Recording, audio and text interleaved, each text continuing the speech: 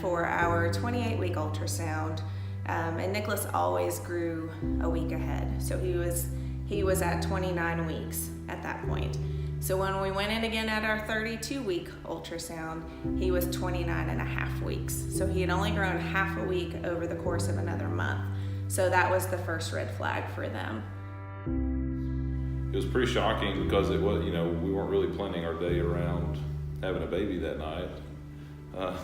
So it got, pretty hectic pretty quickly. They had us go over to high risk to a doctor that we had never met, a group that we had never been to before, and through some of their research that they were doing, looking into him, they realized that there was something wrong. They didn't know what was wrong, but that we needed to have an emergency C-section that night.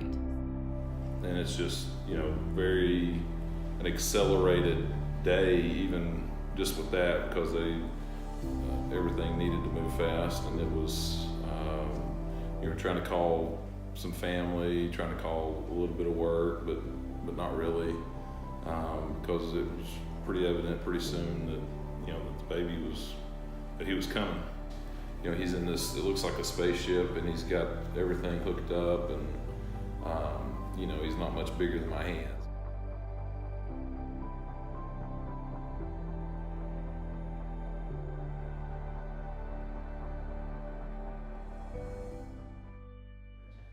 So the steroid shot was to help his lung development, and I think that's a lot of research that the March of Dimes has done as well. And the 6 hours with that steroid shot, I know, had a lot to do with it for him. I'm absolutely confident that that is what allowed him to come out. He never had to be intubated.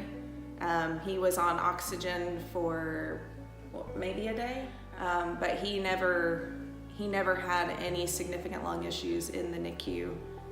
And I know a lot of it had to do with being able to get that shot as soon as we did. I mean, the second we walked into the hospital.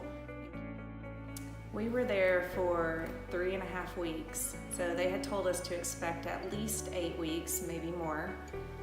But because of how well he did, he ended up being classified as a feeder grower, and we just had to get him up to 4 pounds and get him out. He's great. He's all boy. Yeah. Give him a minute, he'll probably knock everything over. Yeah. He is full speed ahead.